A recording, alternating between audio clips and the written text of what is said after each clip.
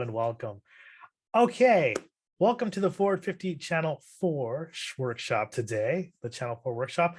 How digital do you need to be? Introducing code for Canada's digital capacity assessment. My name is Robert Butler, and I'm an engagement officer, digital disruptor, and GC digital colleague to many at SSE Shared Services Canada. I'm an Asian male wearing a white, well, actually not a white shirt, a blue shirt, working in my home office and hosting here at Forward 50. Welcome. Now, this is an interactive session. So if you are on the platform watching this on the screen right now, I urge you to link at the bottom. You'll see a thing that says Zoom. If you have Zoom installed, please click the Zoom link so you can interact with our presenters. So once again, please use the Zoom link to interact with our presenters, or you can watch the English and French translation, and we can drop those links into the platform in a couple of minutes. Strongly encouraged. And of course, the code of conduct here at Forward 50 help us keep this a safe and inclusive space for all. We have wonderful conversations here, and we just want to make sure that they're appropriate and friendly. So let's get to it. We have the term digital transformation, which implies a journey, an evolution on a spectrum of less digital to more digital. But how do you assess how digital your team is or your department already is? And how do you prioritize the skills and capacities that will move you furthest along the spectrum? Building on the work of Public Digital and the Harvard Kennedy School Code of Canada is developing a new digital capacity assessment for government teams. It's currently out in alpha, and the tool helps public servants identify the digital competencies that are most important in a unique context. This workshop will help introduce the digital capacity assessment and provide opportunities in testing and development. So folks, let's give a warm 450 welcome to our speakers, Dorothy and Merlin. Over to you, Dorothy. All right, welcome to our workshop. How digital do you need to be? We're going to be talking about helping smaller governments become smarter shoppers using a new tool that we've been working on here at Code for Canada in collaboration with Merlin and Open North, called the Digital Capacity Assessment. So let's dive in. Before we go into introductions, I just want to say thank you to everyone for joining us. I want to begin by recognizing that Merlin and I are joining this virtual event from the traditional shared territory of many nations, including the Huron-Wendat, the Seneca, the Anishinaabe, the Chippewa, the Haudenosaunee, and the Mississaugas of the Credit River. Today, the land we live on is still the home to many diverse First Nations, Inuit, and Métis people living across Turtle Island. We want to share our gratitude for the ancestors who have cared for this land. But also, Merlin and I also acknowledge that we are learning, growing, and organizing on land stolen as part of an attempted genocide against Indigenous peoples. Injustices against Indigenous peoples and communities continue to happen, often carried out by institutions we believed in and trusted. There are over 7,000 bodies that have now been found in unmarked graves under residential schools. Reconciliation must go further than just words, but it can begin with learning. So we invite you all to ask yourselves, how can we turn our recognition into action to be partners in caring for the land, recognizing Indigenous contributions, and commit to engage in decolonizing practices. If you don't know the history of the land that you're on, then we encourage you to get curious. Seek out Indigenous resources to learn about the stolen land you are living on. And we also welcome you to add on or share your own land recognition in the chat or any resources we can all learn from. So from there, let's flip over to some introductions. So Merlin and I are coming to you from two nationally based civic tech nonprofits in Canada, where we leverage technology, data, and design to build better communities across the country. Both of our organizations work with all levels of government, especially municipalities and smaller governments, which is where we'll be focusing our time talking about today. So I'll speak on behalf of Code for Canada. My name is Dorothy. I'm the Executive Director of Code for Canada. Our mission is to build the digital capacity of governments across Canada using through various programs and services that generally fall into product delivery, digital capacity training, and user testing. Our Civic Hall program, we've been running for a few years now. And through that program, we've engaged with a number of different municipal government teams to better understand their digital capacity building challenges, and working with them on projects and also digital training to help modernize the delivery of public services so that they better meet residents' needs and they're more user-centered. We also run a program called the Fellowship that embeds tech and design professionals into government to build the capacity of government teams while delivering a digital product, and also coaching and modeling behaviors that help to build long-term capacity building within governments. So it's from these experiences of these two programs that we've reflected on kind of like what's worked and not worked, and when it comes to digital transformation within smaller governments. And this is what we'll be talking about today, and sharing some of our learnings through this digital capacity assessment work. I will pass it over to Merlin to introduce himself. Thanks, Dorothy. I'm Merlin Chatwin. I'm the Executive Director for Open North. And Open North is an organization that works for data and technology that empowers transparent, accountable, and inclusive communities. And as Dorothy mentioned, we work across all levels of government, and specifically our work at the municipal level. Open North is the lead technical partner for the Community Solutions Network. And this one emerged out of Canada's Smart Cities Challenge. And we were able to work and support the winner, City of Montreal, and then the winner for smaller governments, Bridgewater in Nova Scotia, as they develop their initiatives that they proposed for the Smart City Challenge. But in addition to that, the Community Solutions Network was designed to sustain and build the momentum of smart cities in Canada. And the work of Open North is to help communities build their service area capacity and improving the lives of residents using contextually relevant data and connected technology approaches. And we're able to do this through one-to-one support and then open access courses on a learning management system, where we have courses on smart cities, open data, accessibility, procurement, public consultation, and others. So excited to be here presenting with Dorothy today. Cool. All right, so this is a workshop, so it's going to be fun, and, mandatory fun, and it's going to be interactive. So actually what we're going to start with is a poll to get to know all of you better. So really it's about getting to know who's in the audience. If there are any folks here representing municipal, smaller governments, or just where you're coming from. So what I will do is I'm going to flip over to our interactive poll, our first poll of the day. And this is how it's going to work for all of you attending. What you need to do is open up another browser on your computer, or use a phone. You're going to use either or. Go to this website, which is www.menti.com. And then when you get there, you enter this code. So 997625550. So I will wait. I'll give everybody like 15 seconds to kind of like set that up, get that going. And then then I'll flip the slide to kind of like the first few questions. And for those of you who can't get it set up in 15 seconds, that's okay. The website and the codes still are displayed throughout all the slides. All right, that's it. That was your 15-second time limit. Okay, let's jump into the first question. So our first question for everyone, which should pop up in your Menti, is what sector do you work in or associate with? Looks like we've got quite a few public sectors popping up. We've got a few nonprofits, a couple other. Okay, and I will give about 10 more seconds for the responses to come in.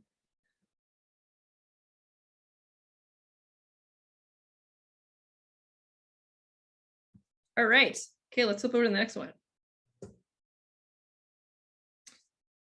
If you work in or associate with the public sector, what level of government best describes where you work?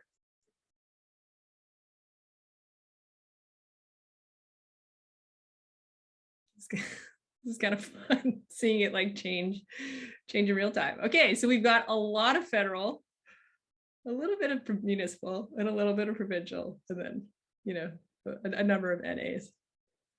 Okay, I'll give you another 5 seconds.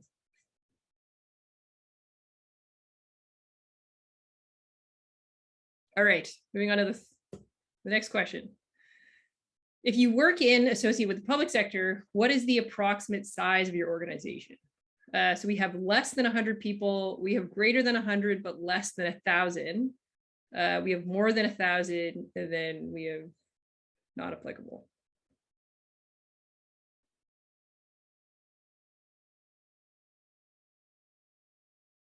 Okay, 7 more seconds here.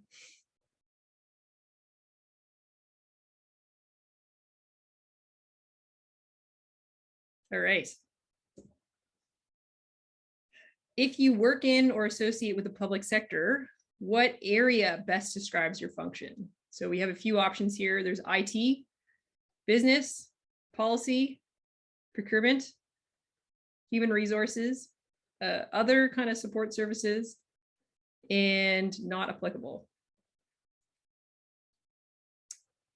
This is great. So we have a lot of mostly IT people. And the next runner up is other support services. No folks from procurement here. Cool. Okay. Moving on. Okay, what region best describes where you're located? So we have Canada broken down into different regions: Central, Pacific, Prairies, Atlantic, and then other places outside of Canada, because 450 is an international international event. So I wasn't sure who would pop up here from outside of Canada, but it looks like most people here are based in Central Canada.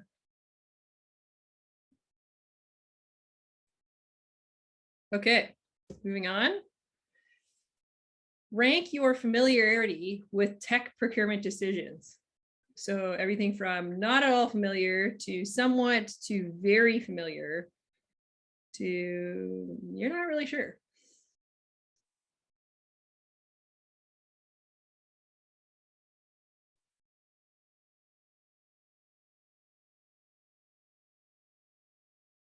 Cool. Okay, we've got a lot of mostly somewhat familiars. Okay, we've got another tech question coming up. When was the last time you were involved in a major tech change process? So think of like, you know, a new kind of major deployment, a new rollout of a new system, that kind of level of tech change. Okay, a lot in the last 6 months. That's pretty cool.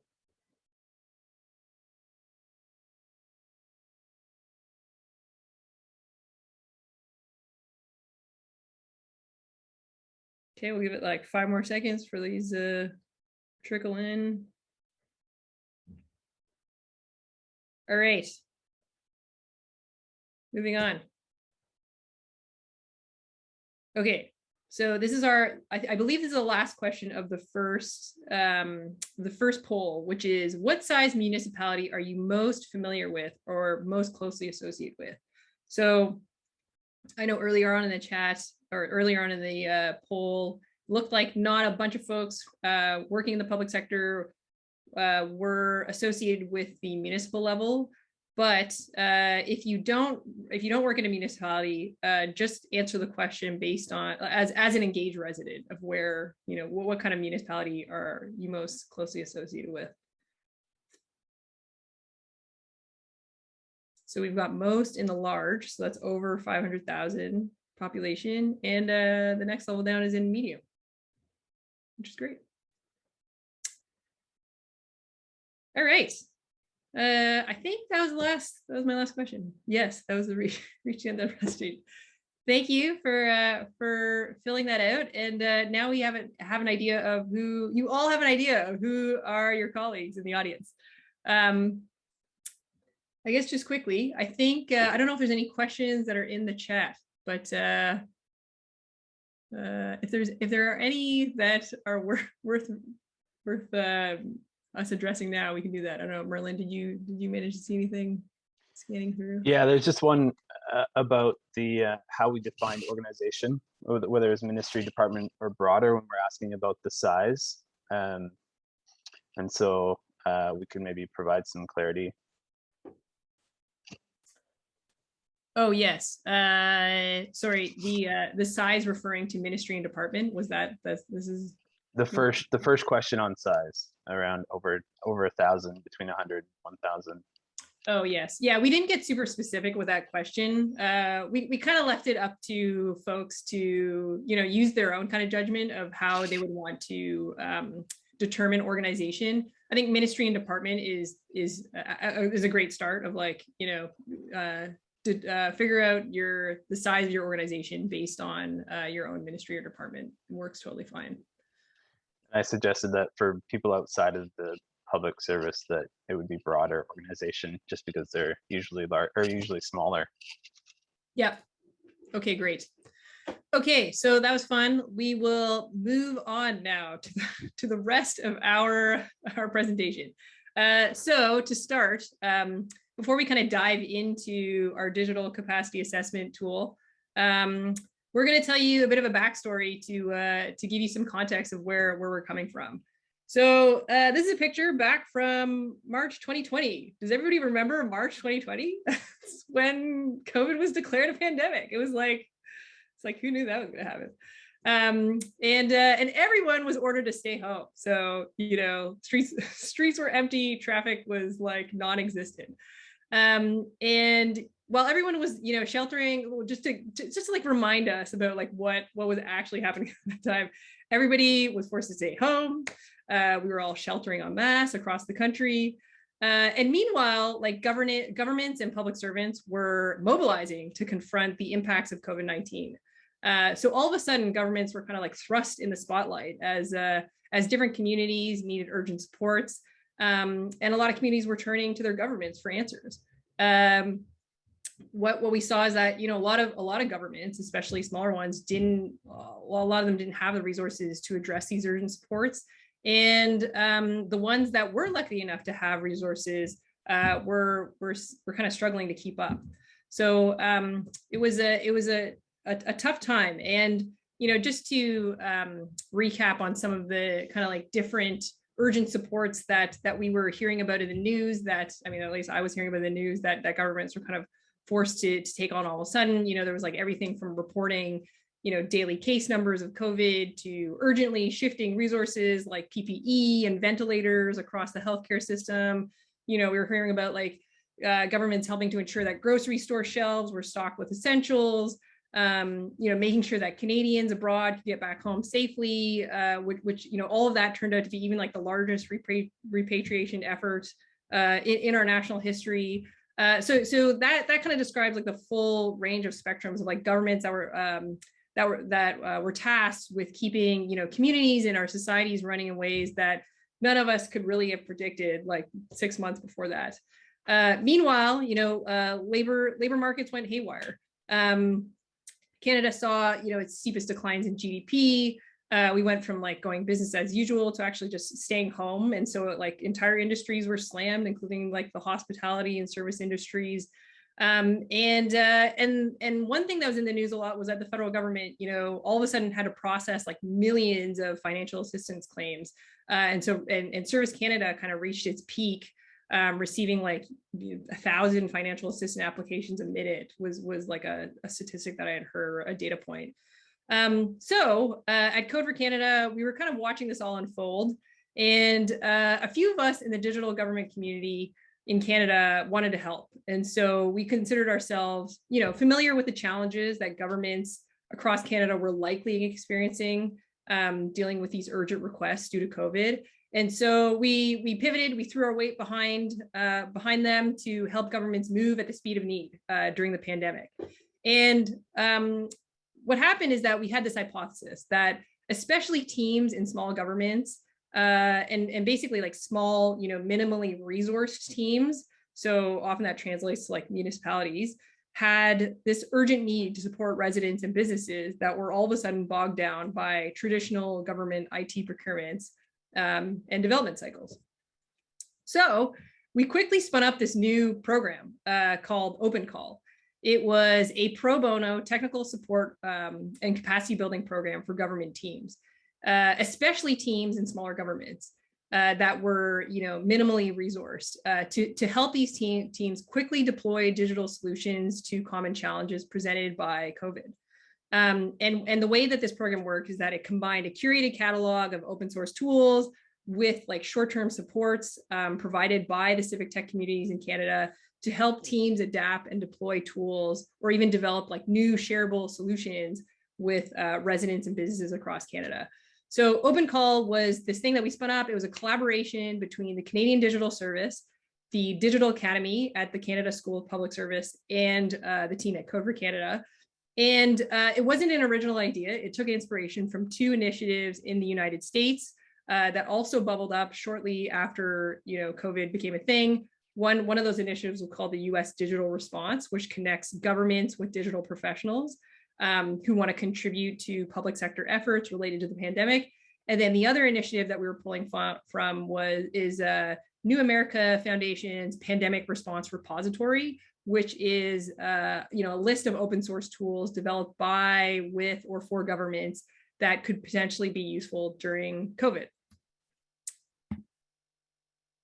Over to you, Merlin. And I think maybe one thing that will help alleviate some confusion when I speak about we and me also being a part of Open Call, even though it was not an Open North initiative, was that I spent a number of years with Code for Canada, and so during the Open Call time, I was working closely on it. So this image of confusion was, it's safe to say that we expected a lot more activity than actually happened. We had a free service. We offered coaching. We offered consultation, one-to-one consultation, and just some training. And though there wasn't really a good way to track it, we also didn't see a whole lot of activity on the site and any indication that there was code being downloaded consistently. And so, for our support, we developed this really extensive vetting process and making sure that our resources, because they were limited, were going to be assigned to, the need and the most urgent requests. And we instead had to go out and recruit some governments and sort of educate them on how we could support. And what we found was that smaller governments, these governments that don't have the amount of resources to create a digital team and have dedicated digital service, want to offer more digital service, but we're unsure how and who to turn for advice, especially in scaling down products and processes that they'd seen employed by larger governments or more resourced governments. They didn't know how to make it relevant for them, for their government, for their context. And so the requests that we were able to work on through Open Call were really for hands-on support. And they were after we were able to make some connections and develop a relationship and say, listen, this is how we can support the needs that you have, and really help with some problem identification. Next slide. So beyond Open Call, it was the catalyst for it, but we wanted to learn more about how to support smaller governments and really investigate the challenges that are preventing them from leveraging digital solutions. And what we found was that many smaller governments were not advanced enough in digital terms to respond to Open Call or to know what specific support they needed. In the case of Open Call, some of the learnings through the evaluation were that many of these governments didn't even know where to begin, how to properly identify the problems or the barriers that were keeping them from solving them.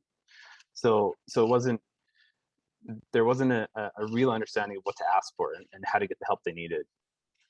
And what we see here is that the lack of internal capacity that necessitates some external purchases or contracting out to private firms is the same lack of internal capacity that makes these procurement processes risky and contracting difficult.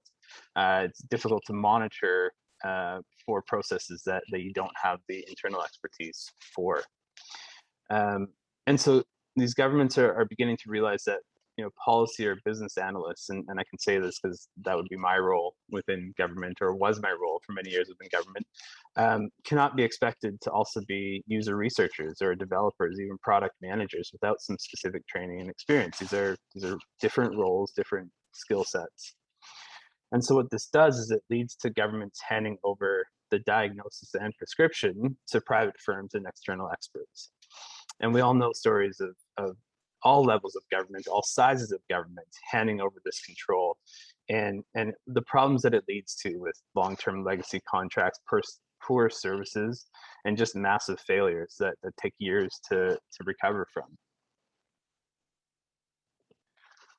And so here's where we take a step back, and this is not new information. These resources and capacity gaps are not new. They weren't caused by the pandemic. But the fact that they exist caused many governments to shut down during the pandemic. And there was no escaping the fact that governments were not equipped to manage their affairs in a digital environment. And so to some degree, all borders of government had their digital capacity gaps exposed. But for a smaller government, the impact was really noticeable and significant. So, something that we reflected on also in this process is that, not every government needs to be the next government digital service in the UK. And so for those, I'm sure many of you are familiar with the GDS in the UK, but it was kind of the beacon of an example or a vision that a lot of digital government teams or professionals look to in terms of striving towards. Because what we realized is that not everybody needs to be the next GDS, and because that is not necessarily accessible to many, that vision is not necessarily accessible to many or most governments. So then in that case, we then ask the question of how digital do government teams need to be? And so to kind of reframe it in a another kind of digital popular digital term is what are the minimum viable conditions that need to be in place in order to sustain digital transformation, especially at governments? So we know governments are being told to be digital, but as we said, that's not necessarily realistic for a lot of them. So just going back to some of the work that we've done at Code for Canada is that we've done a lot of digital capacity building projects through product delivery initiatives. With some really amazing government partners. And through this experience, they've taught us a lot of different lessons on kind of the different organizational characteristics or conditions that need to be in place in order to support sustained digital transformation. And so now, after we've gone through this, we've been running this program for a few years. We've managed to complete a couple rounds of projects. We now know some of the enabling conditions and the blockers that determine project success. So some things do our government partners support multidisciplinary teams? So that means having teams that are composed of different individuals from different backgrounds, having a policy person work alongside a developer in IT, work alongside a business analyst or a product manager, that kind of role. So that's kind of an example of enabling condition. Another one is does the hiring process and job classifications at that public sector organization enable the ability to recruit and retain tech talent? So as Merlin mentioned, these roles of user researchers, product managers, a lot of those aren't necessarily familiar or defined in government. And so do hiring processes support these kind of new role definitions? Also, are teams authorized to use modern technology platforms, things like deploying to the cloud, DevOps processes? So these are kind of different key digital capacities or pillars that we've observed that have kind of defined the success or lack of success of some of our projects. And maybe that seems obvious, but a big thing that we realize is that basically not every box needs to be checked for digital transformation projects and that momentum to be sustained throughout our projects. I'll pass it back to Merlin. Background. Where does this work come from? And I was working on my mute while listening or looking at the chat.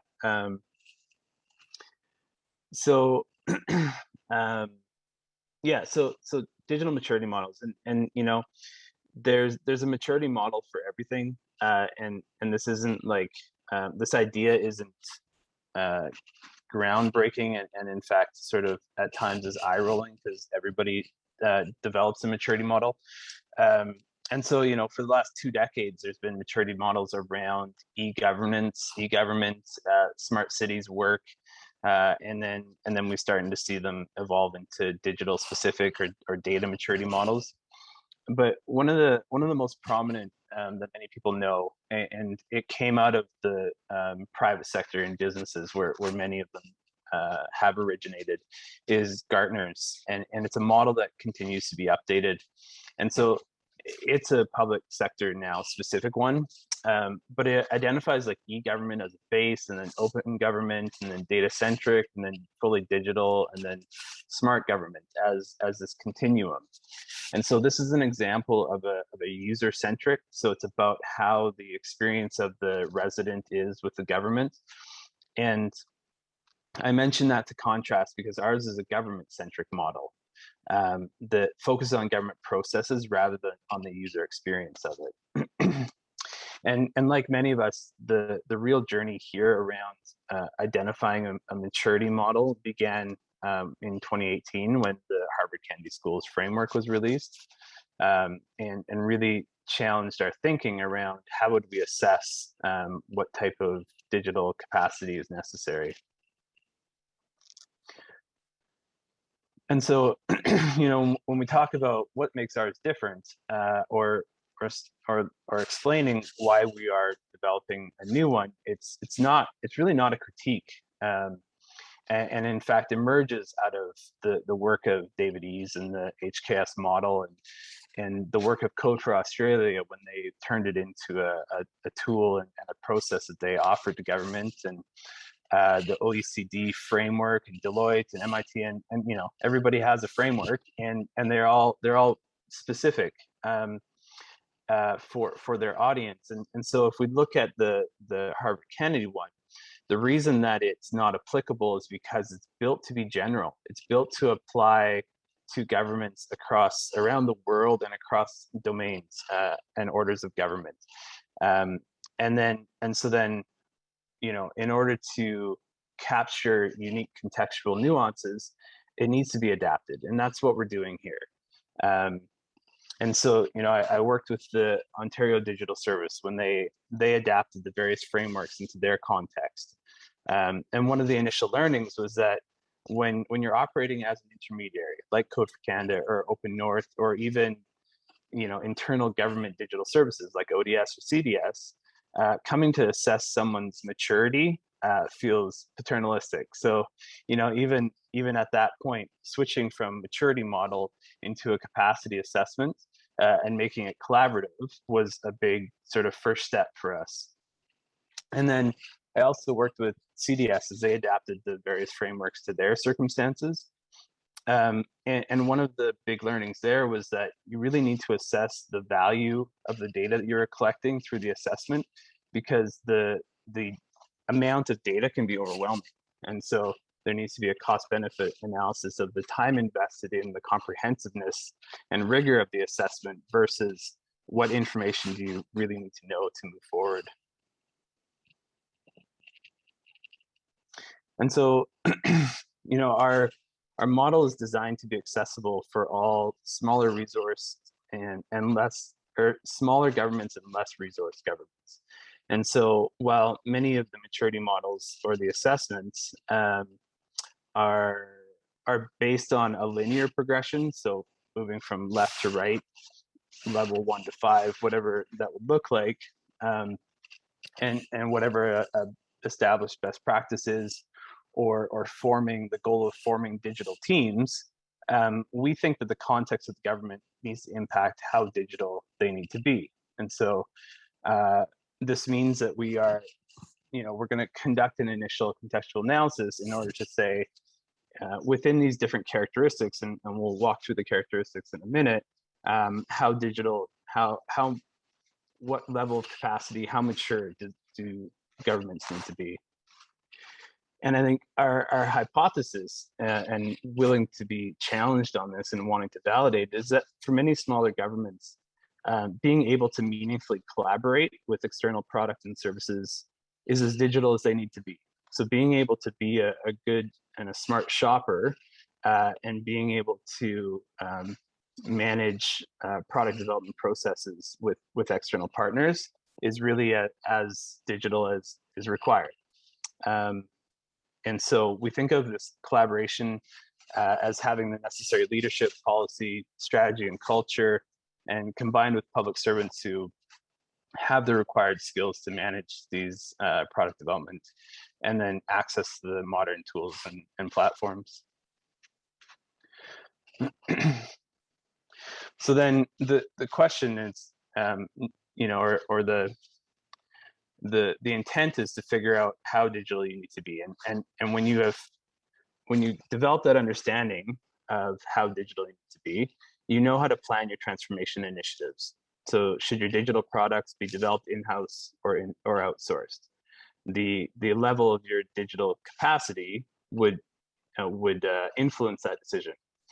Do you have the in-house capacity to product manage a development process, or who's going to ensure that users are at the center? And by knowing how digital you need to be, you know how to make smarter hiring decisions. Do you have in-house capacity to develop? Should you have this capacity? What skill gaps do you have if you wanted to create a multidisciplinary team? If you hired for all the necessary positions or skills, what would the people do after the project or product is finished? And do you have partnerships outside of your government that could provide skills that are lacking?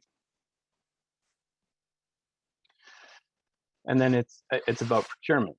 So knowing how digital you need to be helps decide, is it a modular build that can be improved upon? If you procure a product and then want to add additional modules, can you? Do you have that ability?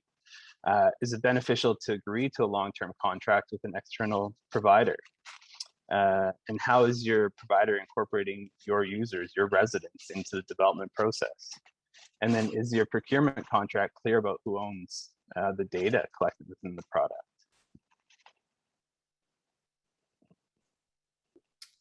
So as we said at the top of the presentation, both Code for Canada and Open North were on a mission to help small governments be smarter shoppers. And we aim to do that through this initial work that we're doing around a digital capacity assessment, or this tool. So this is where we're going to go back to kind of an interactive polling part of the presentation. But before we do that, I'll do a quick check to see. I haven't really been monitoring the chat, but if there's any like really big questions, we can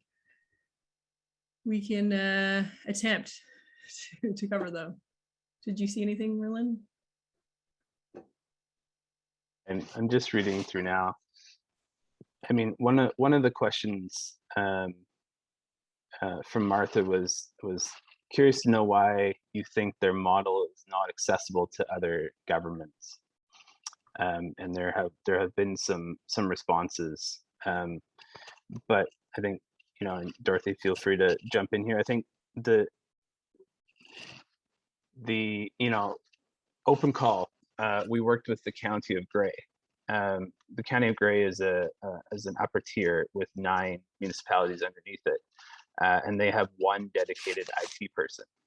And so running them through an assessment in order to say you need a multidisciplinary team that consists of user researchers and developers, it is not accessible. It's not realistic. And so while we would want to push them to increase their digital capacity, their ability to work with external partners, having this ideal set out that they would never be able to achieve sort of defeats the purpose of how we're trying to work with them.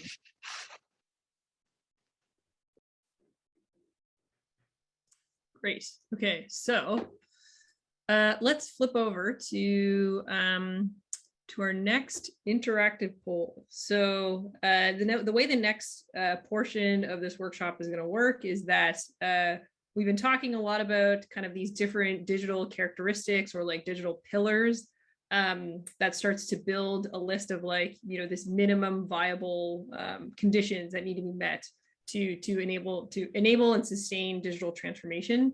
Now is where we really want to get your involvement and feedback, and starting with this poll. So the poll is a bit structured, but definitely, you know, there's opportunity for jumping in questions as they come to your mind.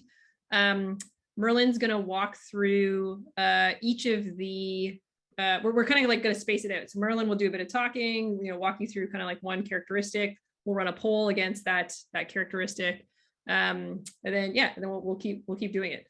So this is the so for those of you who have like Menti open, enter this code, and then we'll kind of like tell you when to answer the questions, and then those questions will pop up. The answers will pop up on in the shared screen. So we'll start with the first question, which is just kind of like a recap question from before. We have a bunch of new joiners, so this will be good. What size municipality are you most familiar with or most closely associated with? So again, if you work at a municipality or a municipal government, enter that here or respond based on that information. But if you don't work at a municipal government, just answer the question more, you know, as an engaged resident.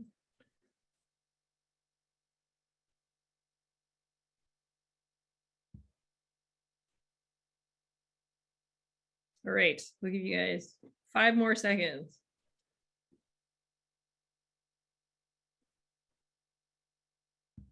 Okay, great. So we've got lots of large. Okay, we're gonna flip back over to the first the first digital characteristic, and then I'll flip back to the polling question. Does that sound good, Merlin? Yeah, just Okay, cool. interrupt me if I start to drone on too long. Yes. Okay. So yeah, so the capacity assessment that we are developing has 6 different characteristics, 5 that are sort of fairly well established, and 1 that is kind of emerging as we are going into this validation process.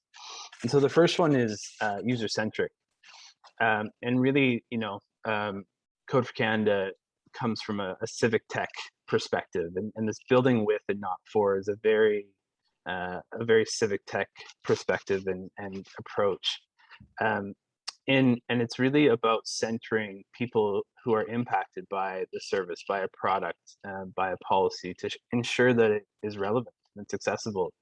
And so that means more than like tokenistic public engagement. It means that really you're involving users who, you know, in this context are residents in the design and testing during the different iterations. Great. Okay, so we're gonna flip over now that Merlin's walked you through that description of our first pillar. Based on the municipal government organization that you've been thinking of, how relevant is user centricity? So this pillar that we just covered to the digital transformation of this organization. And I think when we're talking relevance too, we're talking like feasibility as much as anything. So is including users in the digital transformation, whether it's product development or process, is that feasible? Can it be done? Is it something that should be assessed within a digital capacity?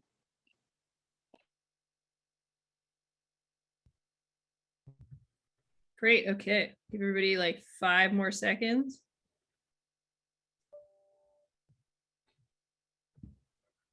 Okay, so most responses are falling within very relevant.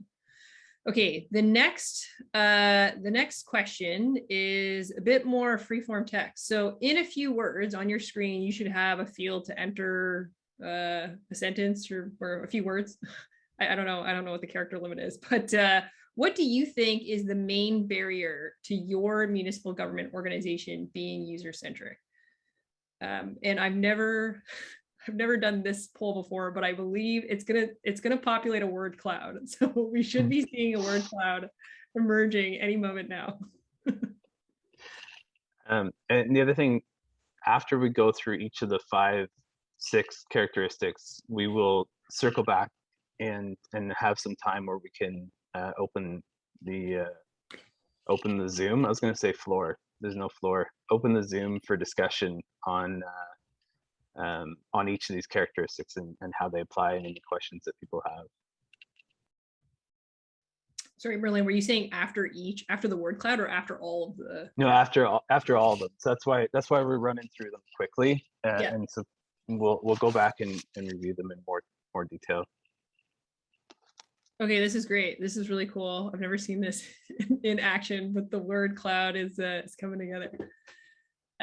All right, so I'm guessing that most people have filled it in because we've got a lot of content in here now. So what I'll suggest is people can continue to fill it in. Merlin will flip back to another slide and he'll start talking about the next characteristic.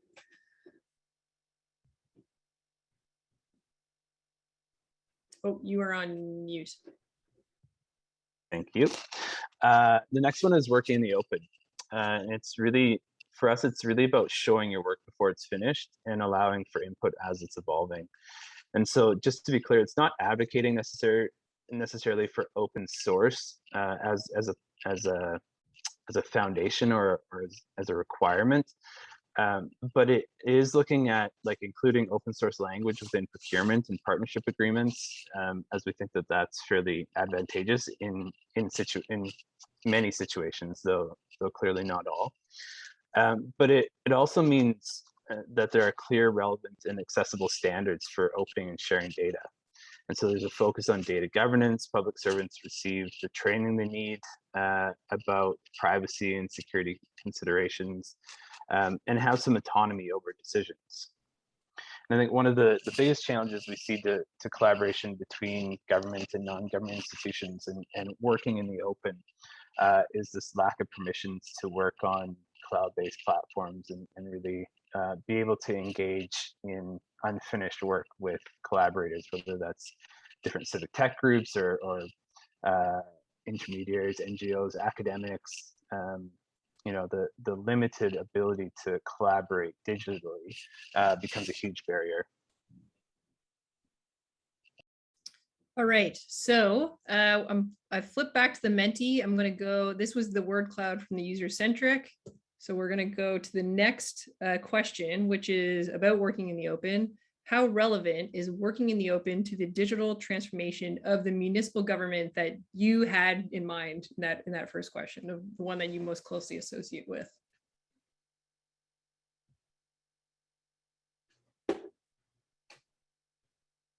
Okay, I'll give 10 seconds to populate that.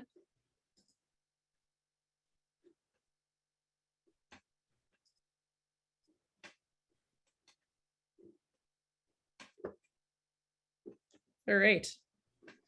Okay, so we've got most of the responses in very relevant. Next level down is somewhat relevant, and then almost the same number of unsures. Okay, we're going to move over to that same word cloud question. So in a few words, what do you think is the main barrier to your municipal government organization working in the open? So we'll give you about a minute or so to respond to that. Ooh, that was dramatic. I like that.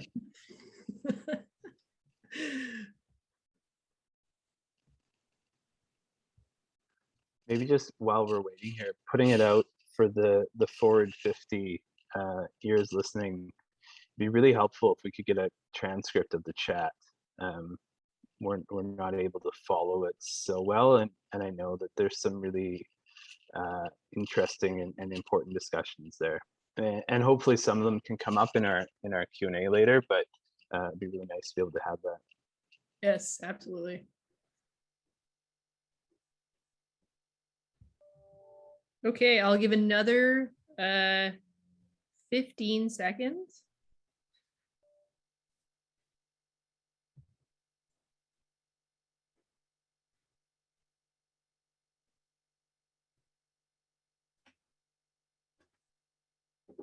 All right. Okay, we will move on to the third characteristic, which is establishing multidisciplinary teams. Yeah, and this one I think is the one, or one of the ones that's a big question for smaller governments, because for many, establishing a multidisciplinary team means creating and hiring the positions. And so sometimes there needs to be, again, a sort of cost and value assessment to, does it make sense to have, or is it even possible to have a developer classification within the city? Is it possible to have unique product managers within the city, right?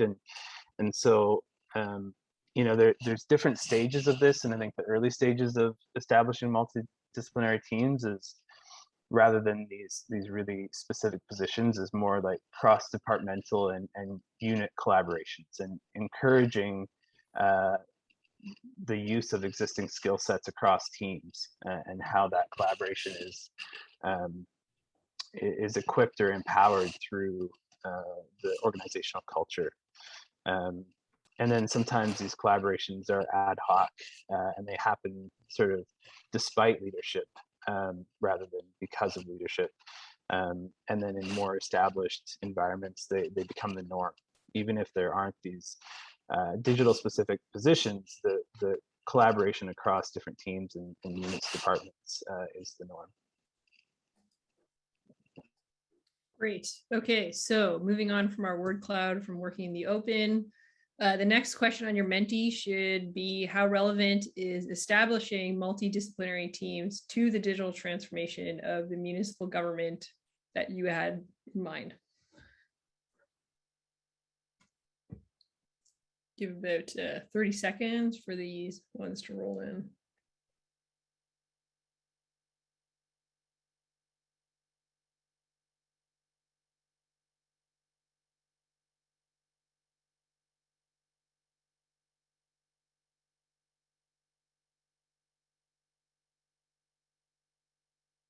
All right. Okay, we're approaching 30 seconds. Looks like most responses are in very relevant, and a pretty even distribution across the different sizes of municipalities. Okay. In a few words, what do you think is the main barrier to your municipal government organization establishing multidisciplinary teams?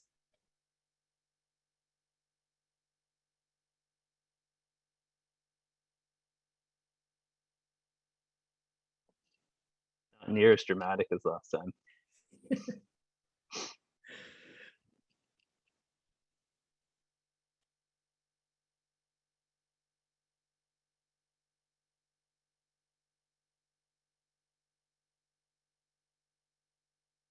Okay, we'll give like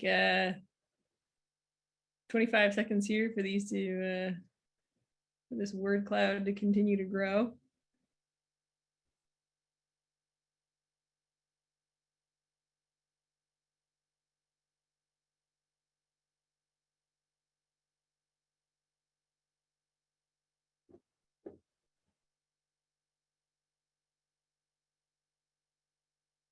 All right, this is great. Culture, lack of resources, budget. Okay, we will flip over to the fourth characteristic and continue to let the word cloud evolve. Go ahead, Merlin. Yeah, so the fourth characteristic is this idea of iterative development, and building modules that allow for faster feedback and iteration when necessary. And I think for us, the idea is that iterative builds allow for new teams or new ideas to influence the direction of the products and services. So there's not so much of that path dependency. And an early indication of an emerging digital environment is when product roadmaps are used outside of the IT departments.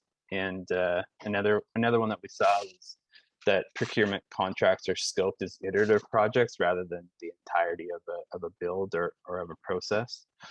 And that these procurement contracts, though they are a piece, they're lined up to a larger internal roadmap.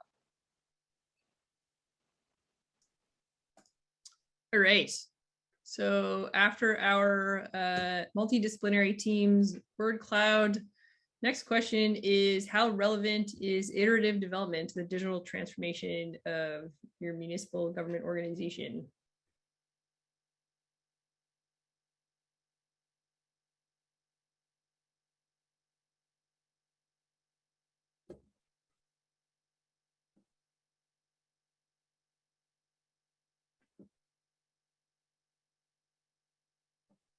Great, I'll give another 10, 15 seconds on the clock. I was just going back to the Mentimeter dashboard on my end as the administrator to see what green is because the legend is not showing up green and it's just showing up as unknown. So I don't know. So there's something up with like the data mapping there. It might be people that didn't answer the first question. Right. Clever, really. All right. Okay. So it looks like mostly folks are saying very relevant, and then a portion of folks are saying somewhat relevant, and then a smaller portion are unsure. So in a few words, what do you think is the main barrier to your municipal government organization doing iterative development? Give about a minute on the clock for this one.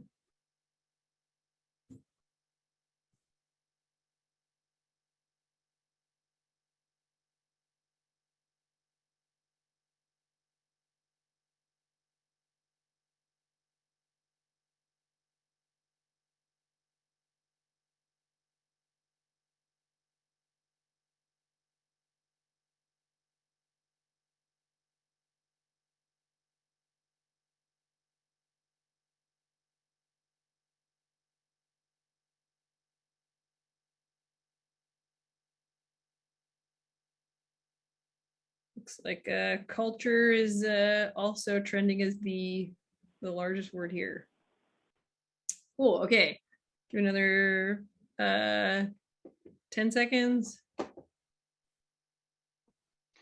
think what's really interesting, and hopefully we have some time to get into it. But like culture being the biggest one is so connected to budget approval processes, and culture is so connected to limited resources, and culture for fear for the change, and the interconnectedness of all these is quite telling. Yeah. Okay, moving on to characteristic 5. Yeah, so this is one that I would nerd out on. We can have an entire workshop on it, but for this, in this purpose, or in this context, that evidence informed means that there's like an institutionalized expectation that decisions are made based on quality data. And so this means that the necessary architecture to collect, process, analyze, store, and share data within and external to government exists. And it also means that there are monitoring evaluation practices that are embedded within digital initiatives, whether those, again, are contracted out or internal. There's a process that has been thought of at the very beginning as to how and why these things are going to be monitored and what success looks like. And so then, it relates back to characteristic 4 of iterative development. The iterative development is based on the data that's being collected through the monitoring and evaluation. And so that feedback and data is collected and analyzed before progressing.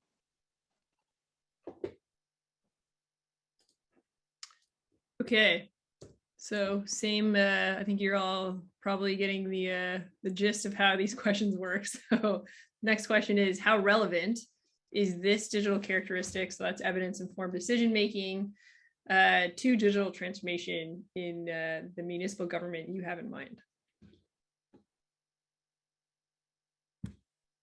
Give everybody about 20 seconds on the clock here.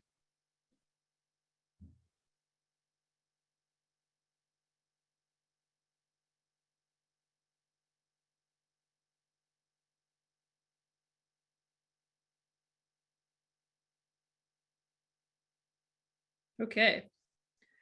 So once again, the highest is very relevant. The next one down is somewhat relevant, and then also unsure. In a few words, what do you think is the main barrier to your municipal government doing evidence-informed decision making?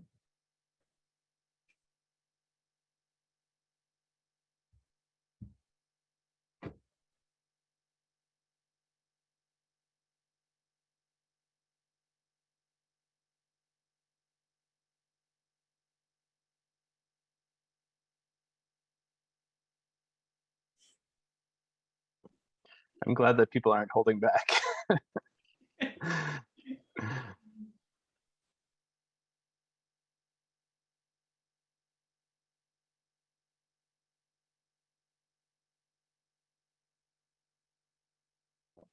So we'll give it another 15 seconds. This one's interesting. I see culture again is the biggest one. The next one that seems to be growing is politics, which exists in this one, hasn't existed in others. Ignorance is another one that's growing slowly. Yeah, I mean, politics is fascinating as the limiter to actual monitoring evaluation. It's true. All right, moving on to the final one for now for this workshop is emerging technology ? Yeah, I mean, so as you can see, we haven't really thought through this one a lot, but you know, we were having discussions around where do you situate decisions for AI and decisions about virtual reality? Where do they sit in a digital capacity assessment? And you know, those are the trending things right now that are facing municipalities, and it's going to be something else later. And so for a characteristic, is it better to keep it broad? And is it how municipalities adapt to emerging technology? And when we're thinking about emerging technology, it's really the governing with emerging technology, so how they're utilizing it, and then governing for new technologies and how they're regulating. And so this one is not something that we have really thought through. And in the research, it's one that people are identifying as having been, it's missing, and it's a gap and within the existing maturity models. All right, so let's flip over to the final question of the polls. So how relevant is adopting, leveraging emerging technology to the digital transformation of municipal government in mind?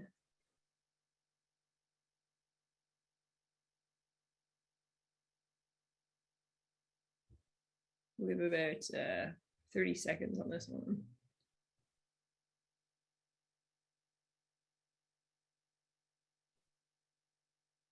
Okay. So this one is a bit more divided. We've got most of them in very relevant, and then but not too far behind in the somewhat relevant, and then a higher number than normal in the unsure column. In a few words, what do you think is the main barrier to your municipal government organization adopting or leveraging emerging technologies?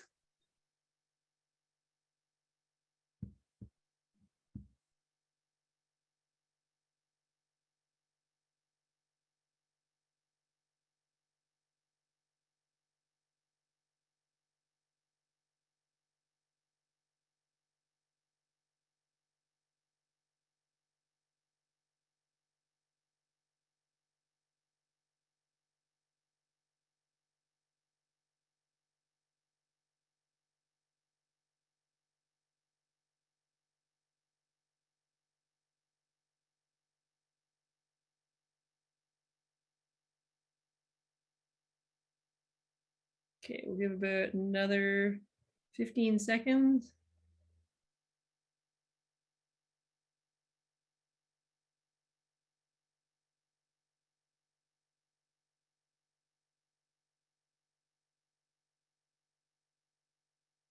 All right.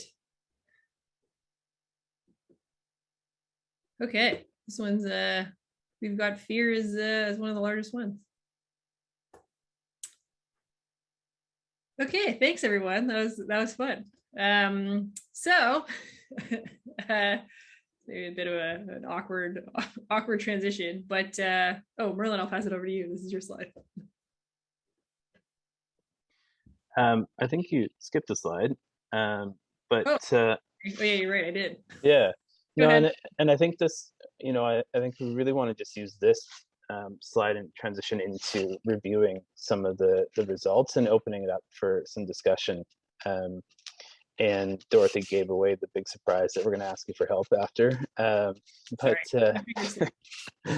but so as a stage on in this mission of helping small governments become smarter shoppers, we really need to validate our tool and validate as we go through the development. And so we have an outline development and validation process. It involves presentations like this. It involves workshops, smaller workshops, surveys, and then pilot testing of the tool. And throughout, we're going to be collecting data for publication and learning, so that we're able to document the journey. Yeah, and so because our thinking originates from existing models and how they apply to our experience, and is very, very informed by our experience working with smaller governments, we recognize that we may have filtered out some necessary characteristics or included unnecessary ones. So this was the initial desire to say, are these valid? Are they relevant? And now, in going through the results, now I think also opening up the floor for are there broad characteristics that we're missing? Things that would help, different lenses that we need to look through. So I think maybe, yeah, Dorothy, we want to go and maybe start back at the first characteristic and show, is that going to be possible?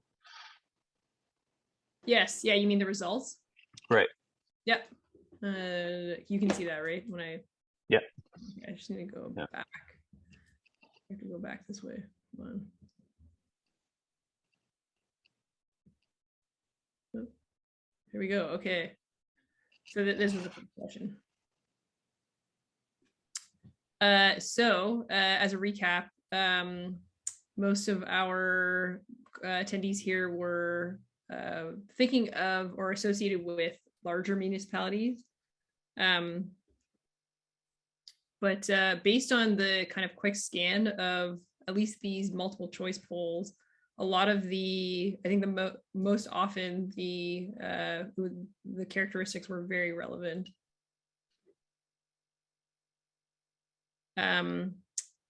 Usercentricity, the big themes here of the main barriers were culture, lack of expertise, awareness.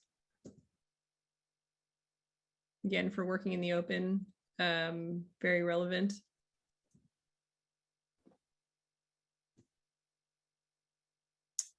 For working in the open, we had fear, accountability, privacy, risk aversion, lack of knowledge.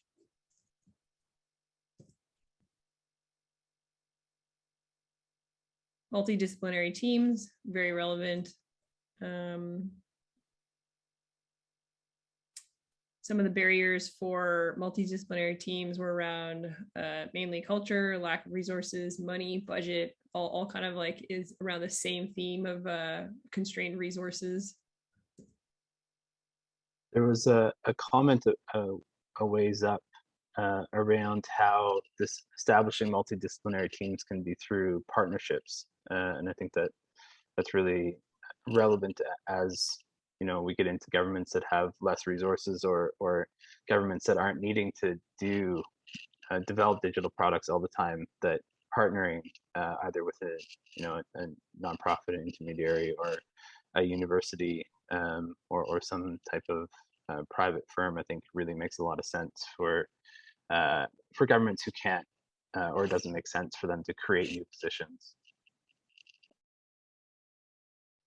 Yep. Iterative development, very relevant, was came out on top, and some of the main barriers were around culture, knowledge, expertise, money and time, again, limited resources.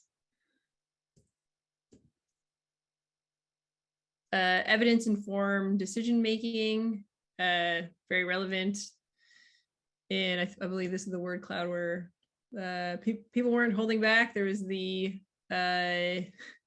culture, ignorance, lack of data, lack of expertise. Politics was one. Incompetence, another one that floated up. And finally, our emerging technology characteristic, which we were unsure of, and the polls kind of reflect that as well, of it being very relevant or somewhat relevant. And some of the barriers to adopting emerging technologies were around fear, culture, security was a good one called out here, and again, more limited resources. All right.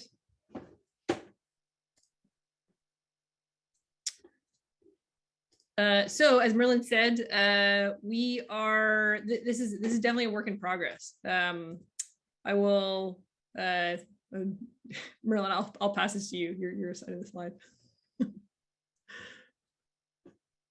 I mean, yeah, just sign up. You know, we're looking for people who have a municipal lens. So you don't necessarily need to be representing a smaller government right now, but somebody who has that lens and somebody who has interest in helping develop this tool. It'll be in numerous stages. Some could be, you know, as easy as providing feedback on a survey, and some of it will be like allowing us to interview you and to ask very specific questions. So there's various levels, and then if you are representing a municipality or you know municipalities that are interested in piloting this, also happy to hear from you. Looks like we have some issues with the sign-up sheet, so we will make sure that there's proper permissions. Yes, that is my bad. Let me open that up right now. And actually, so we ended a bit early, which is great. So we can actually flip over to any questions to the audience. I'll stop sharing my screen. I'll fix the form permissions, my bad. And then reshare that out with everyone while we're doing Q&A.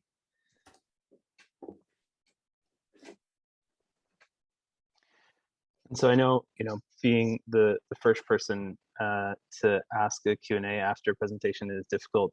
But I'm wondering if people want to, you know, culture is something that came up throughout each of the characteristics. And I'm wondering if people have reflections on, you know, it's a fairly general term. And so what is it about culture and how, how does that, you know, is it influenceable?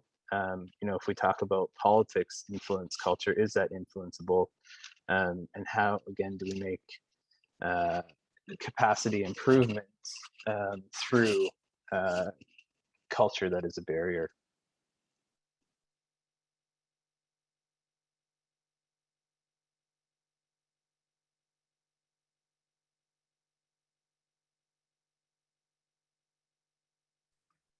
I see a hand. Dana Clark has their hands up right there. Hi, thanks, Merlin. I thought that was a great question.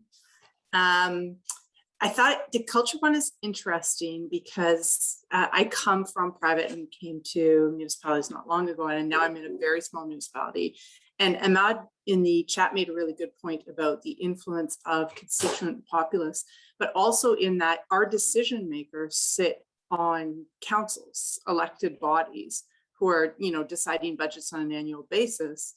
And so when you talk about the culture of an organization, do you include an elected body or not include an elected body? And how do you influence an elected body So the culture of the organization and the culture of the organization plus the council are two often very different things. So while they set priorities, they approve budget, and we implement those priorities at the staff level, the ability to have a digital minister, that doesn't exist in the municipal space. So that culture piece is a difficult one to navigate in local government.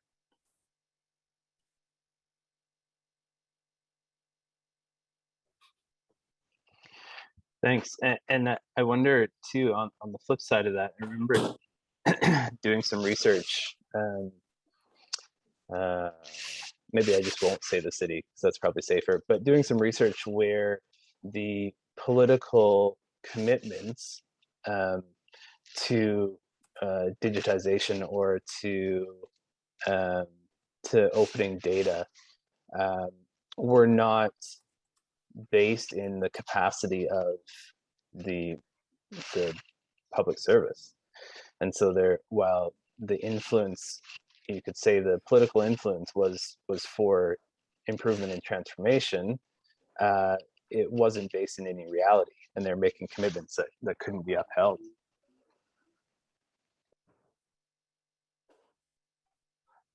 Yeah, that's also a great point. You've got both sides of that, right? Both commitments in terms of and community commitments. So there's a lot of work going on in municipalities with community engagement, and we have very educated populace with high expectations from working with business and in other communities as people travel for work or move. And the capacity of the municipal governments is not the same across the board, nor is there a funding support level from any other level of government to ensure that it is. So if you've got a population of, a 10,000 or a population of 1.5 million, your capacity in terms of staff and resources are two very, very different things. Yeah, and that's precisely the reason why we sort of generalize around smaller governments. Because if we're talking about municipalities, then the city of Toronto sits outside, right? It's not the same as many of our municipalities across Canada. And then if you look at some provinces, their budgets are smaller than some of our larger municipalities, and so we don't necessarily want to eliminate them as being relevant here. And so it really is about the resource level, and if governments have the ability to create a digital team for every process that they're embarking on, that's great. Let's do it, and let's make sure that your digital capacity is at that level. But the aim for this project and for this research is to look at governments that's not going to be possible. That's not feasible. And shouldn't even be a goal. And so let's figure out what is feasible and how digital they need to be.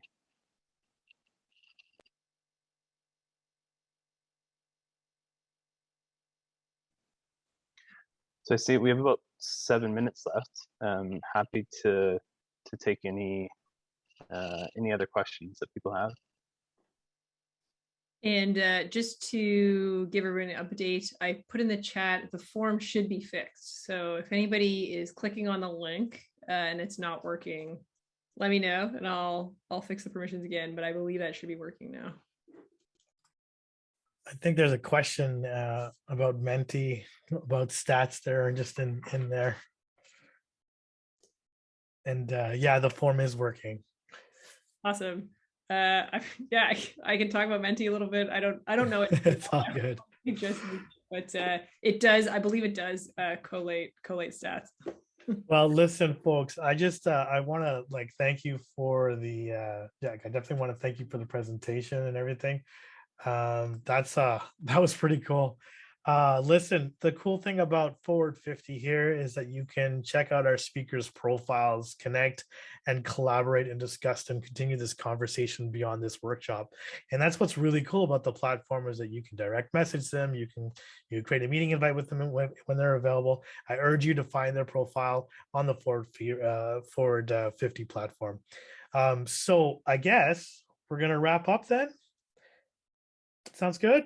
All right. Okay. Well, thank you very much, Dorothy, Merlin, and Laura, for hosting this incredible conversation on building resilience at every level of society.